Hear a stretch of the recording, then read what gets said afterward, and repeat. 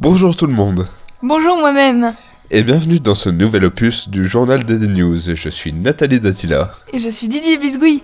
Au sommaire de cet épisode, un modem à problème et Pompidou sous un nouveau jour. Cette vidéo a été chapitrée pour votre confort de consommation. Bon visionnage.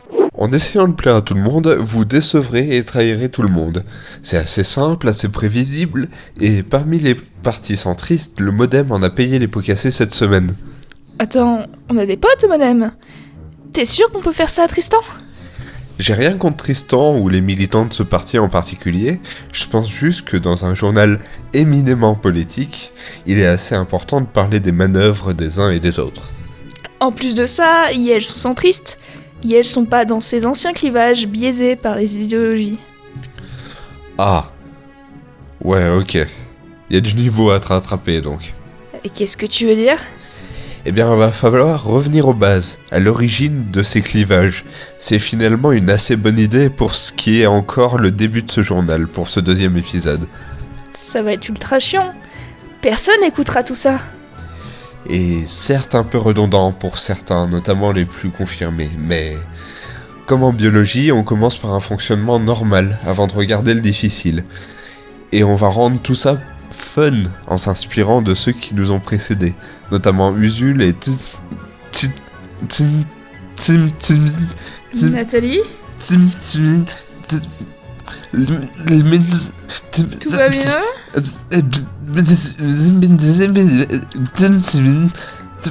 Tu fais un AVC?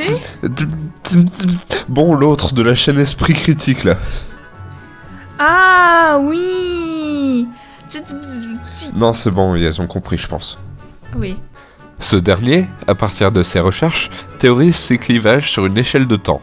Pour la faire rapide, la droite se place dans le présent et se complète dans ce que l'on appelle un statu quo, la situation actuelle. Elle veut conserver le système tel qu'il est, on l'appellera conservatrice. La gauche se pose en opposition à ce même statu quo, en cherchant de nouvelles méthodes et de nouvelles perspectives d'amélioration. Elle recherche un futur meilleur, un progrès.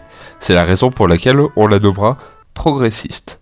Aux effrayés des mots en iste, n'ayez pas peur. On a collectivement été assez flemmards et lucides pour comprendre que c'était plus simple à suivre pour tout le monde si on rajoutait ce terme à la fin d'un mot. Mais du coup, c'est bien joli, mais si la gauche met en application ces trucs, ça change le statu quo. Et elles finissent par plus rien avoir à ajouter, si? Exactement. À ce moment-là, ce qui fut la gauche passe à droite et ne défend que sa petite gueule, ou passe des magnifiques soirées à Fleury-les-Rogis. Et les extrêmes? Et le centre dans tout ça? Là, ça devient un tout petit peu plus compliqué. Lorsque la droite est remplacée par la gauche, elle peut se fondre dans la nouvelle droite et accepter les changements, ça arrive parfois, et des fois on a des nostalgiques du passé. C'est pas ça normalement, la droite. Non, ça c'est l'extrême droite, elle aspire à un retour à un ancien système, réel ou fantasmé.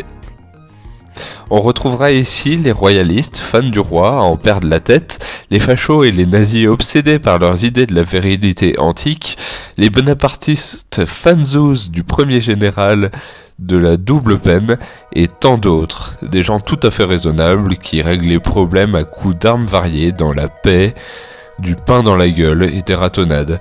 Elle agit par réactance, coucou hacking social, par réaction de contradiction et de pression inverse à toute avancée, tel un gosse faisant un caprice dans un casino après s'être vu refuser l'achat de Bambec lorsque cette enseigne existait encore. Cette réaction systématique fait donc d'eux des réactionnaires. Oh, ok. Donc l'extrême gauche c'est l'inverse? C'est du futur? C'est parfois des idéologies assez anciennes, de par la difficulté de les mettre en place. Mais en effet, l'extrême gauche est par essence souvent utopiste. Elle réfléchit sur le long terme et a permis de grandes avancées, telles que la mise en place et les restaurations de la République démocratique en France, un grand total de 4 fois, la majorité des services publics et la majorité des avancées permises par les syndicats hors MEDEF et FNSEA.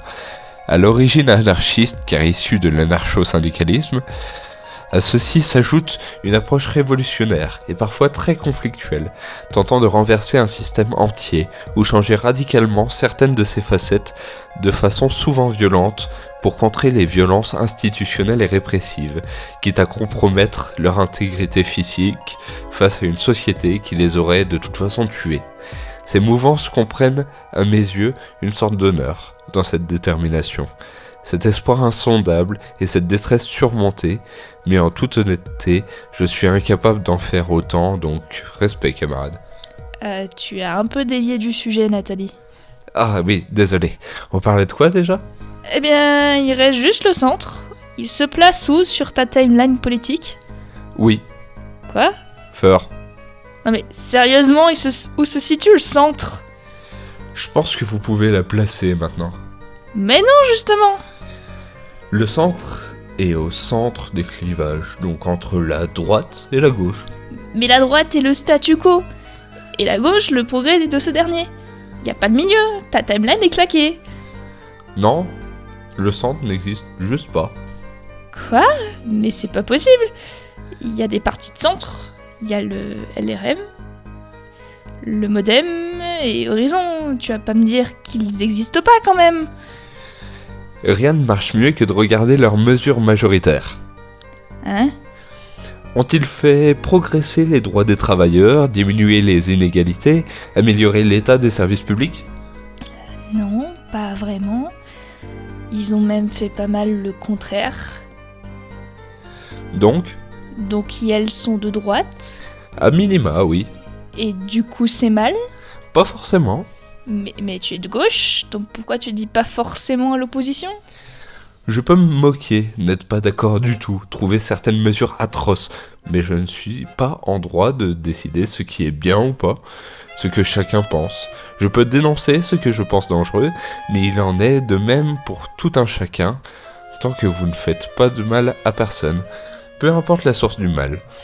Dans le cas où vous ferez quelque chose de méprisable, je vous mépriserai comme il se doit.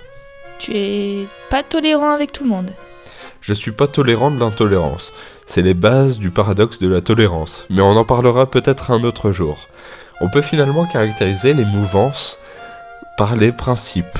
On retrouvera par exemple la laïcité, la solidarité, l'égalité et la liberté davantage à gauche, comme on retrouvera la tradition, l'ordre, l'autorité et la nation à droite.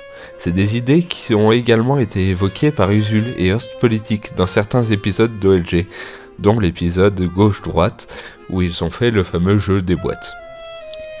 Et en revenant au Modem du coup ? C'est plus ou moins juste une énième affaire de détournement de fonds publics et de conflit d'intérêts à droite, maintenant qu'on a démasqué nos imposteurs. Ah bah ça aurait été rapide. Non, on va approfondir un peu. Non content de voter avec le gouvernement sur la plupart des lois détruisant les conditions de travail et d'existence de tous un chacun, si on ne prend pas en compte la pression significative qu'ils ont exercée pour éviter le passage d'une version de la loi immigration trop raciste à outrance, pour laquelle ils méritent un applaudissement et demi, et en s'augmentant simultanément, le groupe Modem a été poursuivi pour avoir détourné des fonds européens, en faisant travailler leur assistant parlementaire européen hors des cadres temporels et contextuels de leur mission, déformant totalement leur nombre d'heures et les mettant au service de leur parti à plus grande échelle. 8 des 9 acteurs proches de cette affaire ont été condamnés avec des peines de prison optionnelles et des amendes s'élevant à des valeurs code postal, sans compter les 300 000 € d'amende pour le parti Modem. Le 9e, le chef du parti, François Bayrou, s'en est quant à lui sorti sans rien et est repassé à la télévision le soir même. Il a dit quoi ? Est-ce que ça intéresse vraiment quelqu'un ? Peut-être bien, on sait pas vraiment. Il s'est plaint d'avoir été accusé de quoi que ce soit. Et elles ont été inéligibles depuis 7 ans pour certains et ont été éjectés du premier gouvernement Macron dans cette affaire. Il a vente pendant 20 minutes, il s'est plaint non-stop et a tout renié. Il n'a rien reconnu et a brassé autant de vent que la totalité des éoliennes en Vendée. Je sais pas vraiment si c'était intéressant en effet, tout ça pour ça. Il y a cependant des chances qu'il devienne ministre sous peu, donc encore une fois, cette affaire reste à suivre et on n'est pas sur le point de manquer de contenu. Oh, Amélie Oudéa Castéra est dans la merde. Ah bon? Elle a ressorti une dinguerie, encore? Non.